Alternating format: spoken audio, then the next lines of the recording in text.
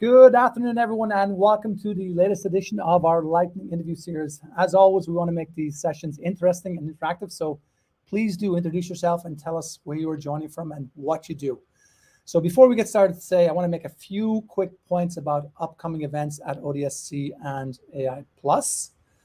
So our next interview in this series will be on April 8th, and that's an interview with Professor Tina Al-Rasyad from Northeastern University down the street from us here in Kendall Square. And that will be on risk assessment for machine learning. And by the way, she's also a speaker at ODSC East, and we have a lot of people speaking there focusing on machine learning safety, or AI safety as is also known. Now, don't forget about our deep learning bootcamp with Dr. John Cron. Ever excellent sessions there, and that continues to be quite popular. It's not too late to join. We've the last few sessions coming up with him. And of course, the previous courses for his Deep Learning Bootcamp are available on demand, so you can start on that right away if you've got nothing else to do with your weekend. And of course, our big announcement is that ODSC is back in person on April 19th to the 21st. And we do have a special announcement there for our community. We are hosting, I still can't get my head around this number, 220 machine learning, data science, and AI-related sessions there. And of that number, about 120 are talks. So we're giving free access to all those talks. So again, would love you to come down to the Boston Heinz Convention Center, pay us a visit, reconnect with the community.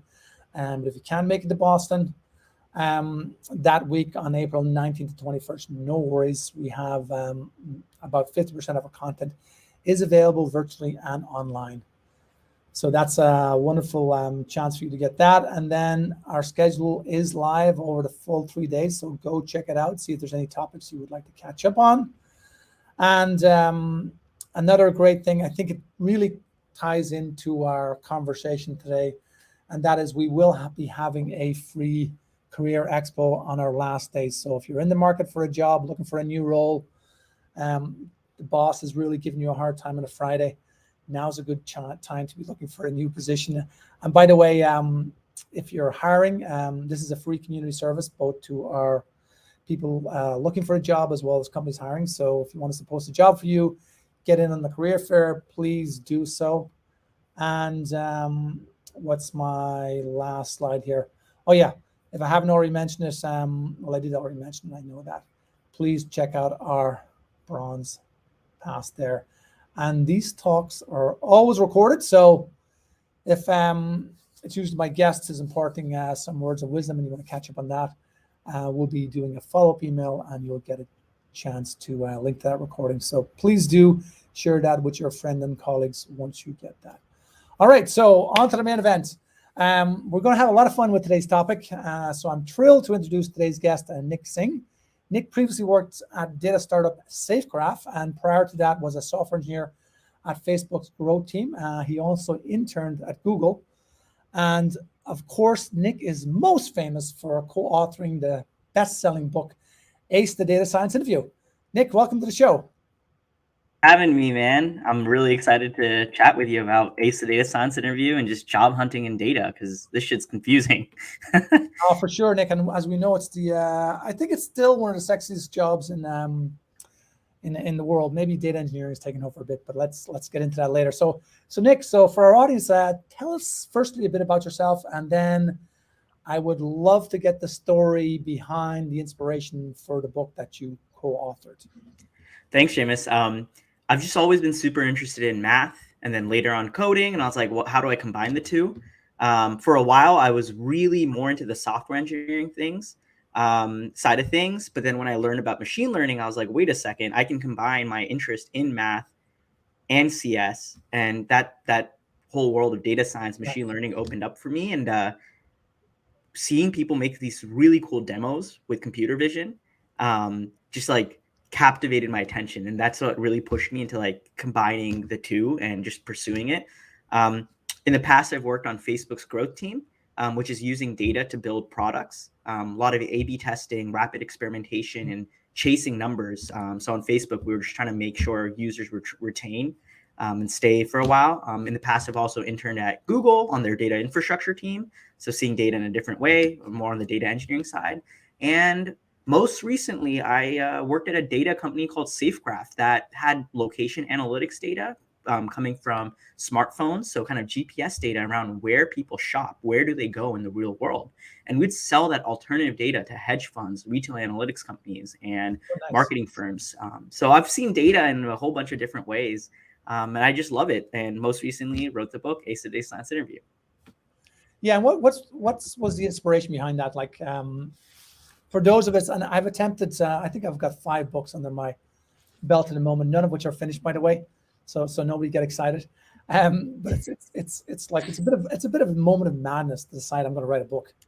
Yes, and I don't think like look, I don't like writing. I studied computer science and math like in school, not so I didn't have to take a liberal arts classes. So I didn't have a writing requirement at the University of Virginia. So how did it happen? It's because I started putting out career advice on LinkedIn and people liked what we had to say.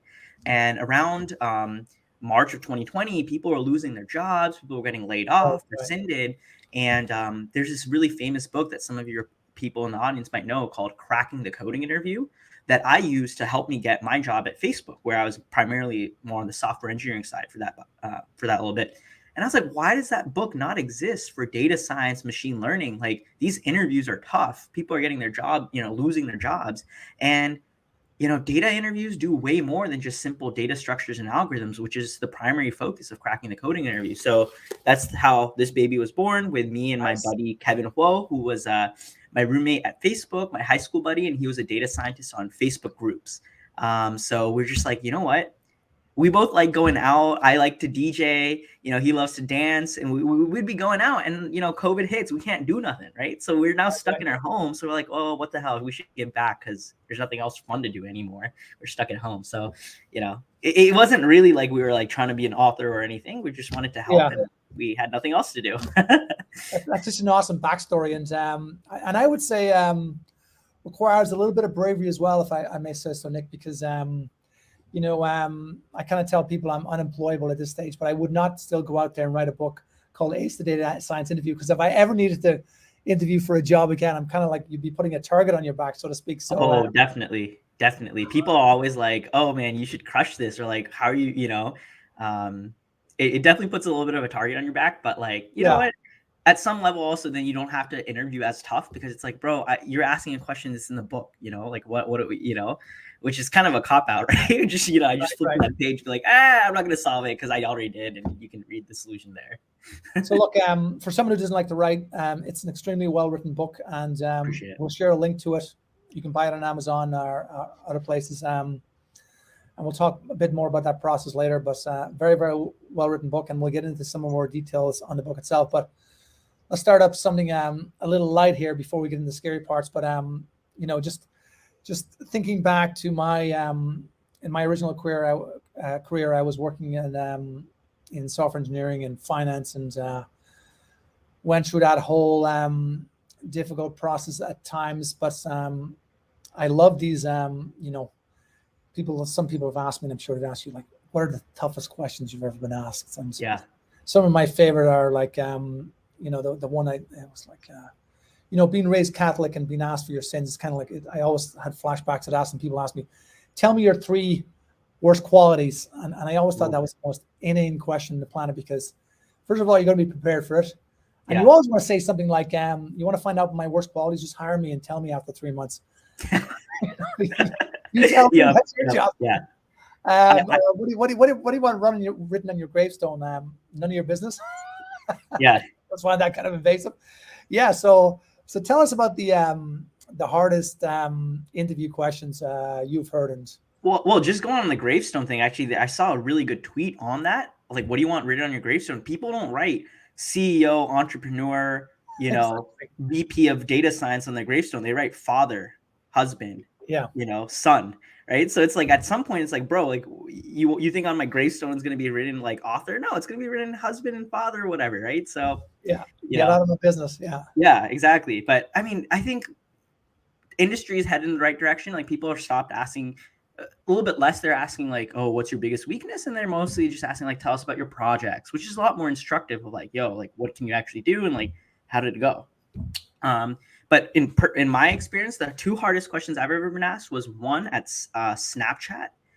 They asked me a really tough dynamic programming question about some kind of frog that's jumping on rocks, but the rocks are given away and you have to do all kinds of stuff. And they ask you how many paths are there across this little pond, and there's like 11 rocks and the rocks keep falling off and the frogs are dying. And I'm like, I'm writing some code and I'm getting confused as hell. I did not get my offer at Snapchat, and it was because of that dynamic programming frog question, because I couldn't keep track of it. And man, dynamic programming is tough.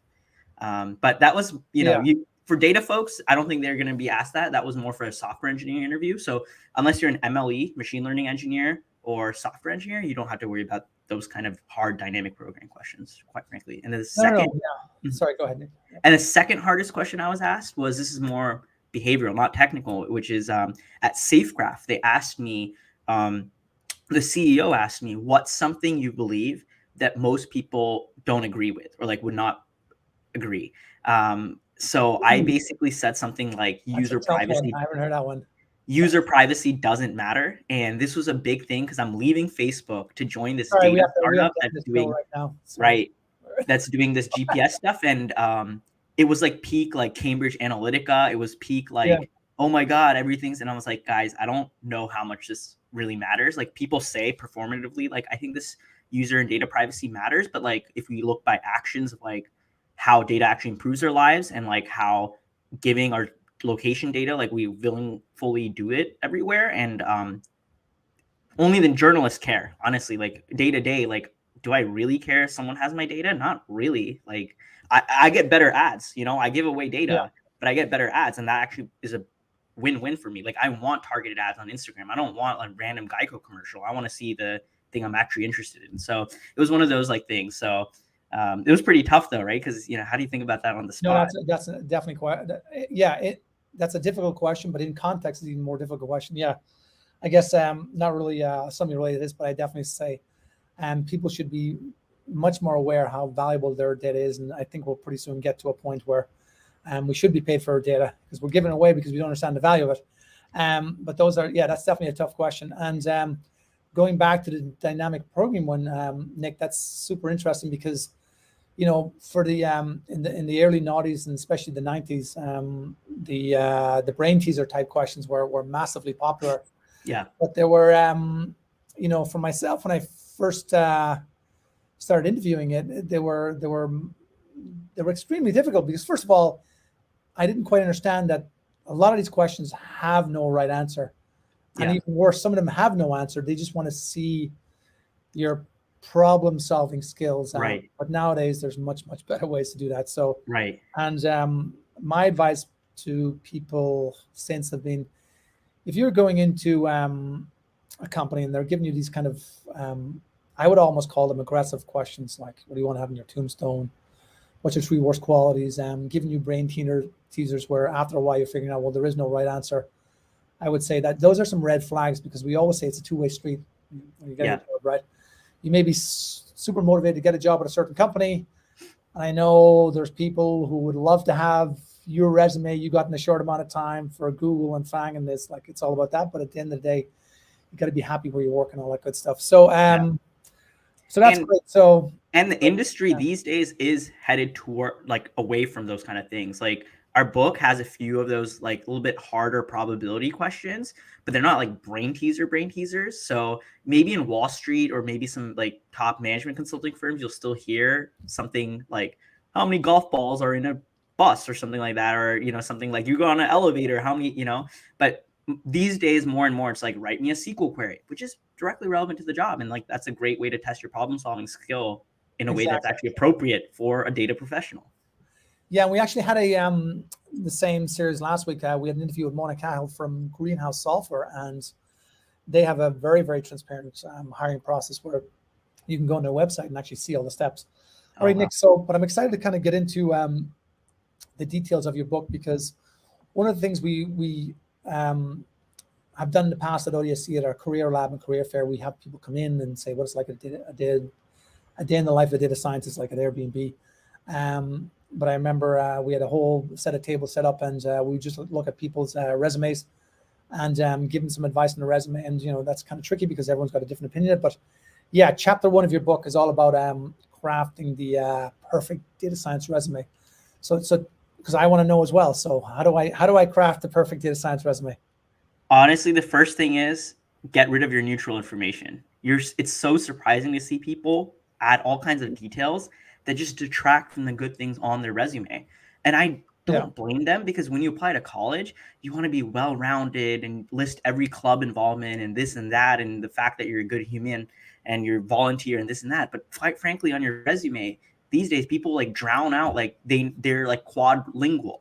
Oh, I knew Telugu, Mandarin, Spanish, and English. Well, data science is done in English, primarily in the US, right? So realistically, how important is it that you know foreign languages? Like, remove that and put the fact that you know Python and R. Like, that's what that space should be used for, right? And So obvious. it seems obvious, but then I see people's like resume where it's like, well, I listed my lifeguarding job from a few years ago. It's like, well, you have new experience. If that's the only thing you have, that's fine. But these days, like if you have a few years of experience, you don't need to list that. And it's even more important for like career switchers. They're like, look, I worked in this industry for 18 years. I have 2 years of data experience. So, 80% of my resume is about stuff that I used to do in the past for 18 years. And I'm like, dude, cut it out. Right. And then they feel weird. Like, how can I remove 18 years of my life? Like, that's who I am. Like, okay, we can shorten it. Like, it shouldn't be the main thing. And if you feel like your resume is too short because you have to cut out 18 years of experience, let's build those portfolio projects to supplement your portfolio, to supplement your resume and to show that you have the relevant skills. Because at some level, nobody cares that you had 18 years of experience in a different industry, to warrant like you filling up your whole resume with that kind of stuff. Yeah, and that's awesome advice, and I can definitely second that, because one of the reasons we built that, because we were bored in the pandemic as well. We were panicking, and then we were oscillating between boredom and panic. So like everyone else. Yeah. But not to make fun of it. But yes, when we wrote our AI plus careers platform, it uses NLP, entity recognition. It kind of gives the job seeker a look into what these ATS, application tracking systems, do. Because when you're submitting your resume, as Nick said, that screen space, so to speak, or that sheet space, 1 page, 2 page resume is super important. And the software that you're like Greenhouse or a Greenhorn connected, they're all filtering your resume based on these words and entities and whatnot. So if you're putting in things like lifeguard and stuff like that, it's not even going to account for that. So maybe it's important to get to a human, but just place value on your resume, real estate. And then the second one, as you said, for career switchers, when we were doing those resume reviews, I would see these awesome candidates, career switchers, and they were almost apologetic about their experience. Right. And I think big mistake. And even people who didn't have 8 years experience, I would see folks coming with degrees in commerce, as we say in Europe, or business or economics or business here. And they're applying for, math-based jobs. And I'd ask them, did you do statistics? No. Did you do econometrics? Yes. Then, put that course next to your description. Because even things, communication is very important. Data science, as we'll talk about, machine learning and all that stuff. So loads of stuff there. Yeah, so many great things in your book, and I don't want to give it all away, so because people should check it out for themselves. But a part I really love, because I was a stone cold engineer for many years, and then I started doing things like ODSC, and all of a sudden I'm like, oh my God, I have to learn what marketing means. So I love your section about, we call it inbound versus outbound. Inbound is when you're advertising, outbound is when you're reaching out. So I loved your section about cold emails. And a lot of people they submit their resume, they do it 100 times, rinse and repeat, and saying, why am I getting a job? This is a terrible market. My university lied to me. But a lot of people just don't make the difference. And it's easy to ping someone on LinkedIn, but email is still a powerful medium. So can you talk to us about that Absolutely. a bit? Absolutely. So exactly. Most people think that job hunting is applying on LinkedIn or Indeed or Monster with 300 other applicants and then just sitting there and hoping you get a call. And you know what? That might work if you have all the right keywords and all the right past experience and this and that. But for most of us in data, barely any of us are perfect fits for a job, just because jobs always say 5 years of experience. And like, honestly, this field's so new, most people don't have that, right? So how do we get around that? Especially if you're like a career switcher, bootcamp grad, new grad, someone without a master's, someone who who needs to kind of do something a little bit extra to break into the field. How do we do that? Cold email, right? And a warm email is where it's almost like you have a warm introduction. Your friend introduced you to someone, so you message them. Cold means you just don't even know them. You're just writing to them because you found their email online, or you even guessed their email. I mean, at small companies, it's pretty easy to guess people's email formats, and there's actually tools and widgets. And we'll talk about the specifics maybe later. And in the book, we covered a ton on like the specific mechanics of sending cold emails. But that's besides the point. The point here is you don't have to sit there, apply, and hope to be called on. You can go and write an email to the hiring manager, to the recruiter, and pitch yourself. Link to your actual portfolio project. Maybe take even an image or put a GIF of the project you made and show in a few sentences why you're a good fit. So they don't have to read this long resume and try to guess, what's the most important part? Or, is their project any good? You just show them a photo. You show them like, hey, this is what I built. I'll give you an example. There's people who built like a self-driving RC car, like a little race car with a Raspberry Pi. And awesome. They use TensorFlow, and it drives itself a little bit. You just put an image of that, or you put like a 10-second GIF of the thing working. How many doors are you going to open? How does it matter at that point? Oh, do you have a master's or bachelor's, or you studied econ or this or that? You built the damn thing, and you're applying to Waymo, the self-driving car, or you're applying to a computer vision job, or you're applying to a machine learning job, or you're applying to a job that is the intersection of mechanical engineering. Maybe it's a little bit more computer programming engineering-y, a little bit more hardware. And it's like, yo, I can do Raspberry Pi. I can do TensorFlow. Like, there are not that many people with those skill sets. That's right. And the car drives its fucking self. It's right here. Then at that point, who cares? You don't have the name brand or this or that, which school you went to. And the recruiter just sees it right there. And they're like, oh my God, you built a little self-driving car. That's exactly awesome. The thing we need, And I'll give people a little tip how we sometimes get emails, how we want to get in touch with people. So, there's so much stuff online now. Conferences are going online. ODSC is online. Generally speaking, speakers will share their email or contact information at the end of the talk, and even a less friction, kind of almost a lazy way of finding to introduce yourself to people. Say, at least please listen to the talk. Don't fake it. If you're interviewing at certain companies you like, whether it's Facebook, Google, any startup, all these folks are talking at different conferences. They'll share their information, say, I listened to your talk. Here's what I thought about it. Here's my resume. I'm interested in this field. So just like Nick was saying, like show an interest in something. That's how you stand out from the crowd. Submitting your resume on LinkedIn, not so much. And then you're getting to like all the job ATSs, LinkedIn, and all that stuff. You're going through HR, and their job is HR. Their job is not learning and stuff like that. So you're getting right to the source. But you touched upon it. You touched upon the portfolio. Great example of a portfolio. And again, that's covered extensively in the book. But just any more quick tips on portfolio before we move on to a few other chapters in the book?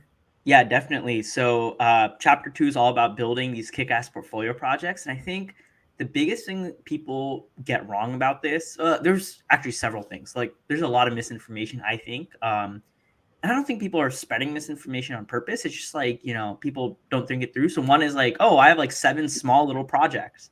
It's like, well, who cares? Like how meaty is each, in an interview, they don't ask you, oh, tell me about 7 different projects you've done. They ask you, tell me about a project you've done and what challenges you faced, right? So it pays off to have one meaty project, and people love to like bounce from project to project, each one being half done, sometimes not even putting it on their GitHub, not making it public. Let's say it's a dashboard. It should be a public Tableau dashboard. Let's say it's a project where you built a self-driving car. Film the damn thing. Don't tell me you have a GitHub repo where this thing can drive the car. Show me the car driving, Yeah, exactly. And people just don't get to completion, and they think like, oh, let's do 5 half-assed projects instead of doing one meaty one. I think that's one of the big issues I've seen. No, I spent the last 2 decades in GitHub for various levels, just doing reviews and stuff like that. Bit of a taker, not a giver on GitHub for sure, but but we do see all these projects where people are kind of gaming the system because like the HR person's like, does this person have a GitHub repository? Yes. and there's 4 projects on there with like you can see the commits were like 40 or 50, like half finished stuff on there. And like absolutely, I'm not saying that everything on GitHub should be finalized and polished and Absolutely not. Yeah, all that stuff. But at the same time, I see a lot of half finished stuff there, which I don't quite understand. I think it's kind of people gaming the system. But so going on to something, actually though, I would like to say that that's still okay, because I think the amount of recruiters who like really then go onto the GitHub and be like, oh, this is half done. I mean, you think recruiters can tell what's half? They won't know.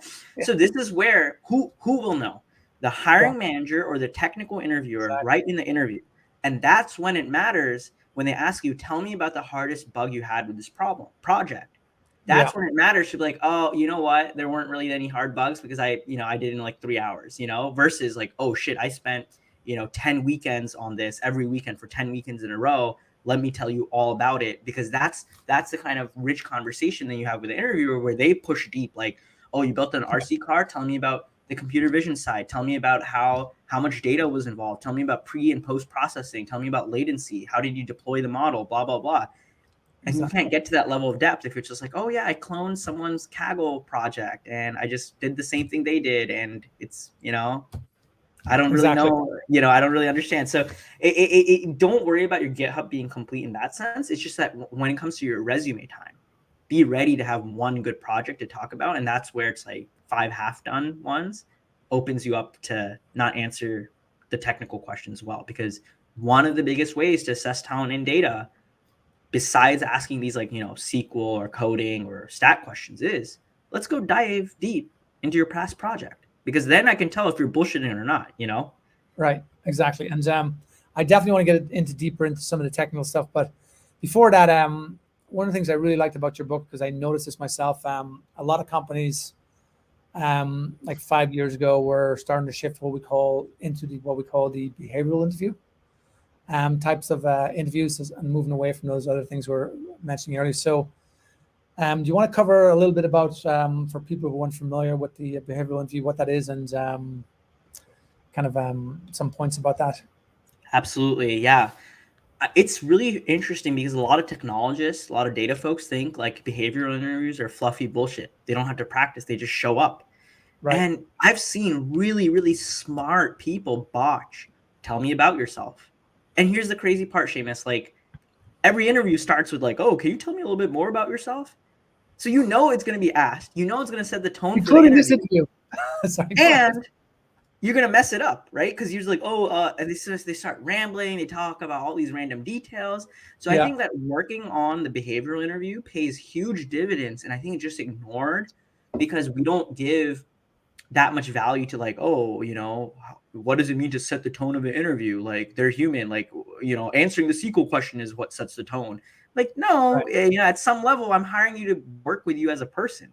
So if you just like ramble or you give the worst answer to tell me about yourself, it's just sort of like, like you can do a lot better job. And there's a lot of like alpha left there to like, hey, let's practice that, because technologists historically are not very good about talking. I mean, it's awkward to talk about yourself, Exactly.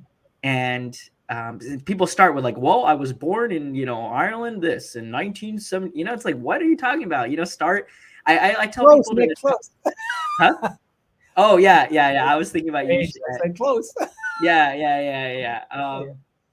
I'm not trying to pick on you. Even I've done that same thing. Like, yes, absolutely. I was terrible at that. I was terrible at that to the point where I was interviewing for doing a master's in law at this top university, and I got through everything. And then when the last interviews, the guys asked me like, tell me really why you wanted to study law. And I'm like, oh my God, I can't believe I didn't.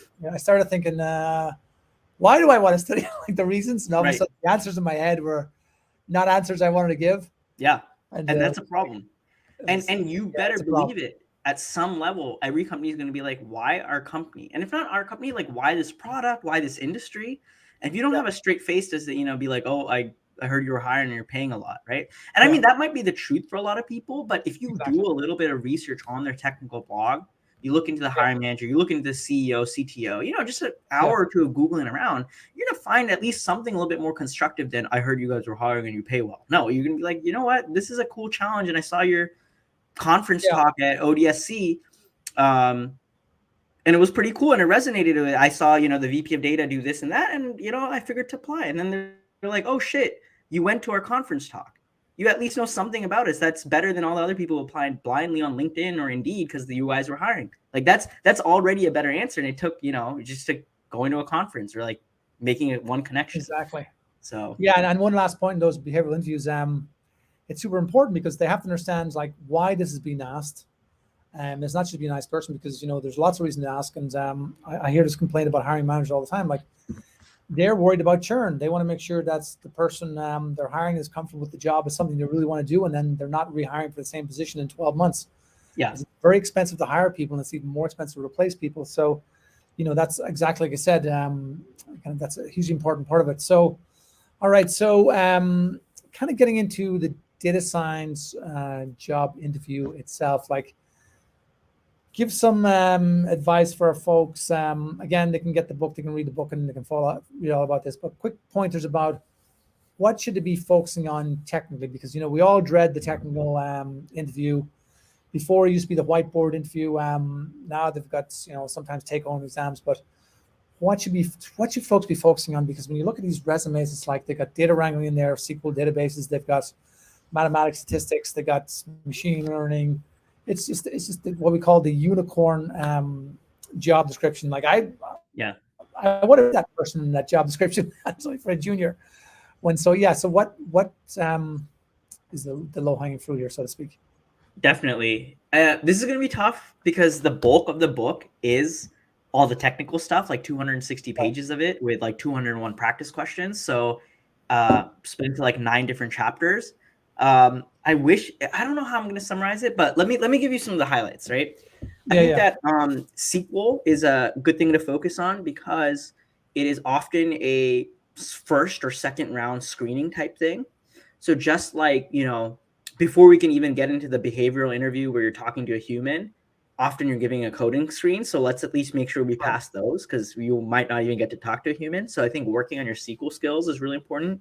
The book has like 35 practice questions from real interviews, but you can also check out platforms like LeetCode and HackerRank that have SQL interview questions.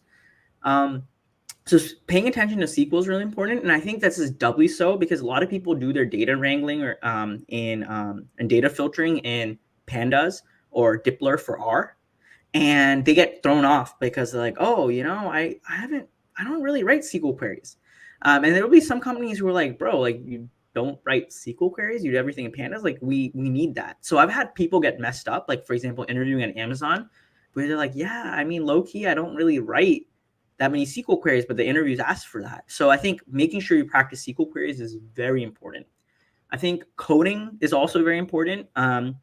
And I think there's been a big industry on this with, again, HackerRank, LeetCode, the book Cracking the Coding Interview. I think that there might be almost too much emphasis for folks in data because they see all the software engineers running around like a chicken with their head cut off, talking about these hardest, dynamic programming questions and this and that.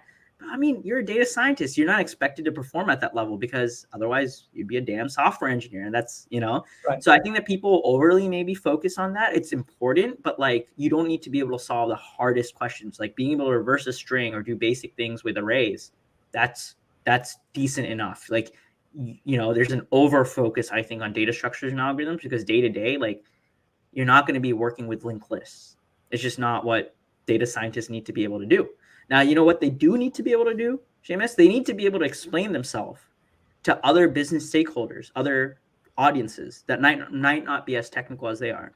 So a really common format for data science interviews, also data analyst interviews, also ML interviews, is asking you about basic stats concepts or basic machine learning concepts that you might think are pretty simple, but if I asked you to explain it, you'd kind of stumble or you'd be like, oh, how do I explain it? So a really common question might be like, explain a p-value to someone who's not technical or explain a confidence interval. And actually things like p-value, like there's actually a lot of misunderstanding of what is a p-value? What does it really represent? Or what is it, when you run a hypothesis test, what is it saying? Are we saying that the null hypothesis can't be true? Or, why do we reject 0.05? Where's that threshold coming from? It's actually made up and people don't know that. They think that's a magic number, and it's like, no, that was just a suggestion by, I forget who who suggested it like 150 years ago. So just like for simple concepts like, oh, rejecting a null hypothesis, or what's the central limit theorem, or tell me about the bias variance trade-off, they can lead to some really rich discussions. And I think people might not be really prepared for that because they think, oh, I can import linear regression from scikit-learn. And they think like, oh, so I'll be able to ace the machine learning interview because I can import Keras, or I can import TensorFlow, I can do deep learning. But it's like, if you don't understand even the principles behind linear regression, what are the assumptions of it? You can't explain that to me. Then how does it matter that you build these deep neural networks? We're just, importing APIs kind of blindly without understanding the core business problem. So besides SQL and coding, I think being able to explain and really intuitively understand some of the basic statistical and machine learning concepts will pay big dividends for data science interviews. No, that's an awesome insight because I remember I was asked a question which is super simple. Probably wouldn't be able to answer it now, but it kind of threw me off because they asked me, explain the confidence interval to a business person. Yeah. I'm like, because now I'm trying to think, okay, well, I can't just give the definition now. How do I explain it to a business person? Yeah. And seemingly a very simple question. So speaking of questions, we do have a question from one of our audience. And before I pose this question to you, Nick, it's kind of actually related to this question that this person have, and that's problem solving. Focus on problem solving more than technical skills, because the amount of technical platforms out there, tools and platforms, scikit-learn, TensorFlow, PyTorch, it's kind of endless. Yeah. Right. So what they're really looking for is problem solving skills. So Mitra has a question for us. She's saying, it should show up on the screen here in a second. So they're applying for a summer internship for a data analyst role. However, my resume has experience of software and Android developer skills. Is there anything I can change in my resume? Because they're getting rejection for most of their internships. So their experience is for software and Android developer, and they're looking for a data analyst internship for data analyst role. So you have a few ideas in that, but any thoughts on that one, Nick? First of all, be comforted in the fact that you have a software engineering background, programming, huge skill. And I think there's a lot of people in the market who are maybe coming more from the econ side or public health side who have more of the statistical background, but not really the coding chops. So already you're in a good spot, so don't fret. So that's the first thing. You're in a good spot. The second thing is, again, portfolio projects, right? You said you can make an Android app. Okay, that's cool. Do you think that you could do, somehow mix data with the Android app, like almost maybe make a really cool data viz as an Android app? So then you can showcase like, yeah, I'm actually an Android developer, but like, look at this really cool interactive data viz I did. So I love the intersection of coding and visualization, which is what I want to do data analyst, right? That could be one idea of way to kind of extend your skills. So it's still somewhat Android related, but it's still in the realm of like, you could be able to talk about how you like data viz, right? And that's a good story of like, oh yeah, I started building Androids and I got into UI, and then from UI I got into data viz, and then from data viz I'm like, oh shit, like let's just be a data analyst and build dashboards all day. I'm not trying to say that's the most convincing story, because I'd be like, bro, building dashboards all day is kind of boring compared to building Android apps. But you could see how you could kind of tell that story. And I'm sure there's other ways for you to build portfolio projects to showcase those skills. So I don't think you're in a bad spot. So yeah, just keep building projects. Yeah. And not sure the context around this question, but a couple of things, having some insights into those ATS kind of tracking systems. One of the things they're good at spitting out is, we kind of look at, it's kind of like when you go to a conference and you're looking at a talk and the abstract doesn't match the talk title. If you say you're looking for a data analyst role and your resume reads software engineer, the ATSs are pretty good at tracking that, because what they're trying to do is they're trying to screen out people who are just shotgunning their resume everywhere. So I got the same resume and I'm going to change this one I'm going to be a data engineer, this one I'm going to be a data analyst, this one I'm going to be a software engineer. So just really, really make sure that's you almost have to look at your resume and rewrite it for the data analyst role. Yeah, exactly. And if that means cutting out a lot of stuff, like if you have like 7 Android projects, I would be like, wait, all your projects are Android projects. What are you doing applying here, right? Now, if you had one Android project, but then you remove the others and then you improve it by creating a new project that's more data analyst focused. For example, building your own public Tableau dashboard or doing your own data analysis in data viz. And these are things that you don't need deep learning or a PhD in math to get started with. Analyzing, summarizing data, you can do that shit in Excel, and it still means something for a data analyst interview. And that's how you kind of slowly shift your resume. And again, I just want to emphasize, you don't need you don't need deep learning for this. Even Excel, people can build out Excel, and I think Tableau is like almost like a no-code tool. And you just start putting your Tableau, Excel, and maybe do a project with SQL, show that you can do SQL queries, and boom, you're on your way to a data analyst job. And guess what? You're a developer. You can use a no-code tool. You should be able to use Excel. Like, come on, SQL, you're a developer. You should be able to do SQL. So I think the path there is you can do it. No, exactly. And we do, ODSC has a blog site, which we would love if you can contribute to one of these days as well, Nick. But I'm glad to do it. We have, I'm going to share a link here. Sorry, I'm slowing this thing down, but there is a link here. Why can't I do it here? I'll put it in the private chat for my team and they can post this. But this was a blog on top 40 skills and tools for data analysts. And it was just published actually 2 days ago. Myself and Alex worked on this, but it shows the top data analyst skills. And guess what is number one by it shows the number of, so we took NLP, we parsed a gazillion job descriptions for data analysts. And Nick, you were spot on. SQL is the number one. For data analyst jobs, SQL is mentioned more than data analyst is mentioned, data analysis is mentioned.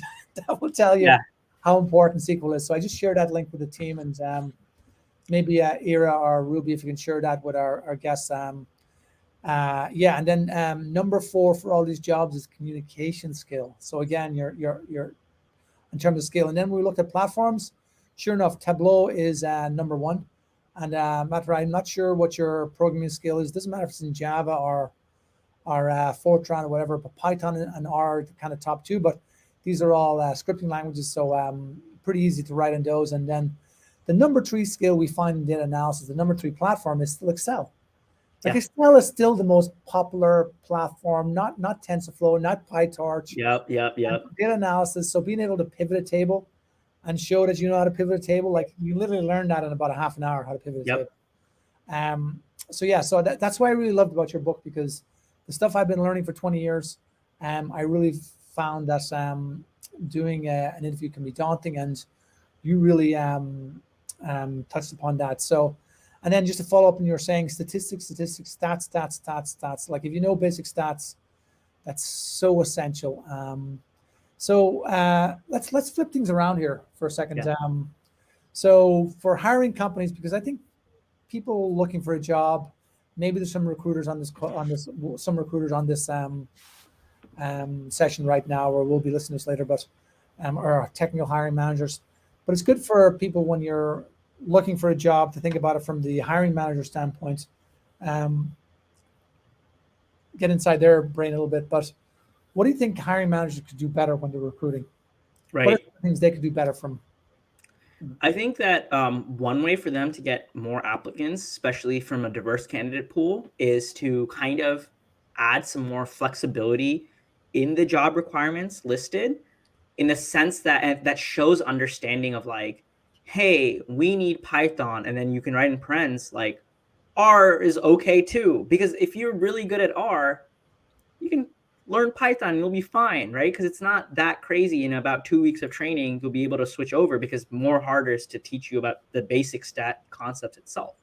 So I think writing stuff like that, because now I don't want to go on the other end where it's like you literally write required Python and R. It's like, you're not going to find that many people know both, right? So in that sense, like showing like, some people write like must have AWS and Azure and Google Cloud Platform experience. Like, bro, who knows all 3? Like, what are you doing, right? But writing, experience with cloud services, and then put in parens AWS or this Azure or GCP, that shows understanding, and it gives a candidate like the candidate realizes like this company knows what they're doing, and the company broadens the pool so that people who might be scared, where they, there's people who see AWS required and they know, they have 7 years of Azure experience. They're like, oh shit, maybe I'm not a good fit. When in reality, I'd be rather find a person with 7 years of Azure experience architecting big data systems than someone with, 1 month of AWS experience, because it's AWS.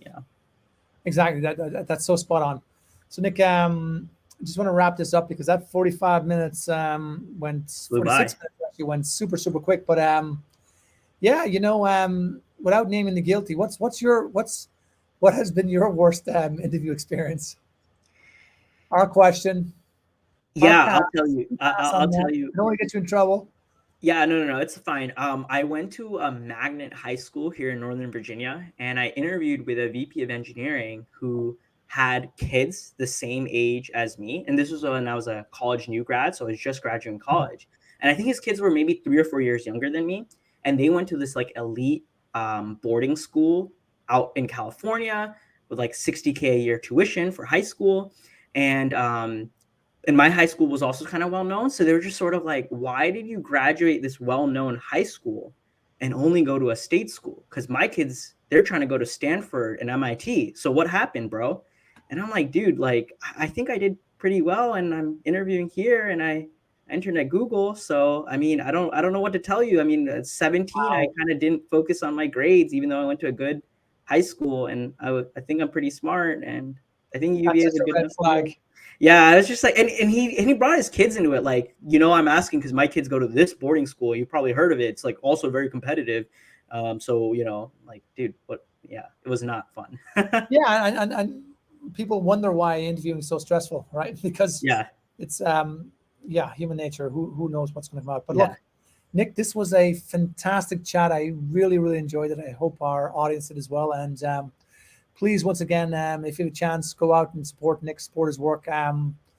Buy his book. Grab a copy for yourself. I think it should be on your shelf. Because I used to say for people, um, for especially in data science and software engineering, like there's so much work that has to go into building a career around that.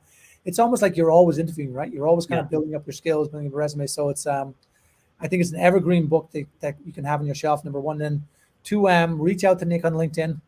yes. I know I'd be more than happy to yeah, get in touch. And yeah, sorry Nick, I shouldn't be speaking for you, but yeah, and what's the best way of people getting in touch with you? Get more advice, all that good stuff.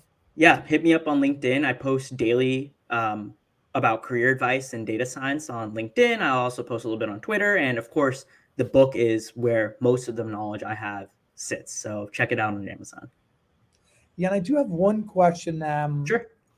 Let's get, and I think it's an awesome question because I think it's very relevant, and because in some aspects, the getting hired for certain roles appears like it's becoming more complex. And at ODSC, we've been promoting MLOps for a long time, which essentially MLOps and data ops. It's the whole machine learning, data science workflow. And now, as opposed to focusing on one aspect, such as the modeling part or the monitoring part, now you're looking at data capture, data transformation, to feature engineering, feature analysts, to deploying and deploying monitors. And it's like, oh my God, this is getting more complex. So I think it was Jason had a great question. He's saying, I have machine learning, SQL, Python, but I'm lacking the deployment and productization for models. My experience right now is AI, ML, strictly academic. Yeah. And he's looking for junior kind of data science roles. Yeah. So he's asking for any suggestions to level up my skill set to make myself better for applying for these roles. Absolutely. Very simple. Deploy your work. That's it. So now you might think that like, okay, well, what the hell? So like, let's say you made one of those fun face filter apps where it's like, oh, I can age you by 30 years, or I can turn your photo into a Van Gogh style painting using transfer learning, right? So there's transfer learning APIs, very easy. So why don't you work on a weekend and figure out how can I actually accept an input of an image on the web, which is not crazy amount of JavaScript and HTML, CSS, and the website could look real shit. As long as it just accepts the Yeah. file, you process it on the back end, and 30 seconds later, you display it. Even if you don't have any web design skills, just the fact that you can accept an input, run it, and obviously don't run it on your computer, run it on the cloud and put it up, you showed more software engineering and design skills, more cloud skills than I would say 98% of people in school who run stuff only locally on their computer and like had never actually used a cloud service provider and never have actually put their work out there where like Joe Schmo, can go and upload their own image and you run some cool algorithm on it. So you don't have to confuse it to be like, oh my God, I need this complicated MLOps framework and model logging and data drift. Just the fact that you can accept an input, run it, put an output, tells me that you built an on-demand service that actually runs, and it doesn't turn off because you shut down your laptop, you know? Yeah, and I'll be a little harsher here. I think that's great advice, Nick, but I think if you read Nick's book, you'll get the sense of that. Like, you're not really covering MLOps and workflow in your book, because there's a real reason for that. Because number one, again, kind of red flags here. So I would like just implore the audience, just be a little more skeptical about what you're looking at, because a lot of people think resume and they think job description, right? And there's a huge problem with that, because if someone's hiring an associate data scientist role, which you mentioned, Jason, or a junior data scientist, I wouldn't let you within 10 feet, 10 miles of a production environment, because production is business related, and chances are you're going to screw it up. So if someone, so look at these job descriptions with a grain of skepticism. I botched that one. So you're absolutely right, Seamus. So I believed you when you said you need this. I'm going to take a step back and say, yes, just because the job description says MLOps, data ops, and this and that, but when the interview comes, they're going to ask you about linear regression and the basic stuff, right? So it's like job descriptions talk about deep learning, and in reality, you're doing linear regression, XGBoost, random forest, right? And importing them from scikit-learn. Yet the interviews, the job might make it seem way more complex. So exactly. So that's what I mean. Focus about the topics in your book, like behavioral interview, communication skills, statistics, SQL, stuff like that. Just general software, yeah. So I'm trying to say that you're in a good position, dude.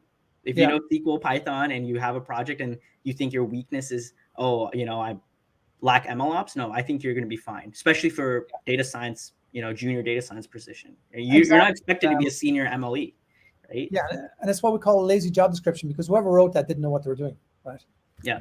And on the flip side of that, just advice, don't apply for jobs that you shouldn't really be applying for, because if someone is hiring a senior data engineer that needs to know Kafka, that needs to know Airflow, that needs to know Snowflake, BI, data Snowflake, and stuff like that. Buzzword here. Yeah, because what they're hiring for is the last guy who knew Snowflake or columnar databases walked out the door, and they're desperate to replace him or her or that person, right? So they're looking for a replacement, and they have no interest in any other candidate. So I think shotgunning resumes out there is really bad, because you're wasting your time, and you're building a funnel, so to speak. But if your funnel doesn't have good quality at the top, so it goes kind of both ways. But again, so any other questions there? That was a great question, Jason and Matra, by the way. Thank you so much. So yeah, Nick, we could talk for the next 2 hours, as you well know. Yeah. But this was an awesome conversation, and I got to have you at ODSC. We usually do a career lab as well. I think we may be doing one on the West Coast. We're bringing brilliant people like yourself to tell people about the whole career landscape within this field. And I'm Nick, willing to travel, man. So have me wherever. I'm willing to travel. No problem. Awesome. You've been a wonderful guest, and thank you so much for taking time in your busy schedule to chat with us today. And can't wait to meet in person one of these days. Yeah, and thank you and the whole ODSC team for organizing all this. It's been smooth, and thank you all for listening. Absolutely. Ira, Ruby, Deepti, huge thanks for arranging this. I'm just a pretty face, as I like to say. They did all the work, so thank you so much. All right. Thanks, guys. Bye-bye. Cheers. Bye.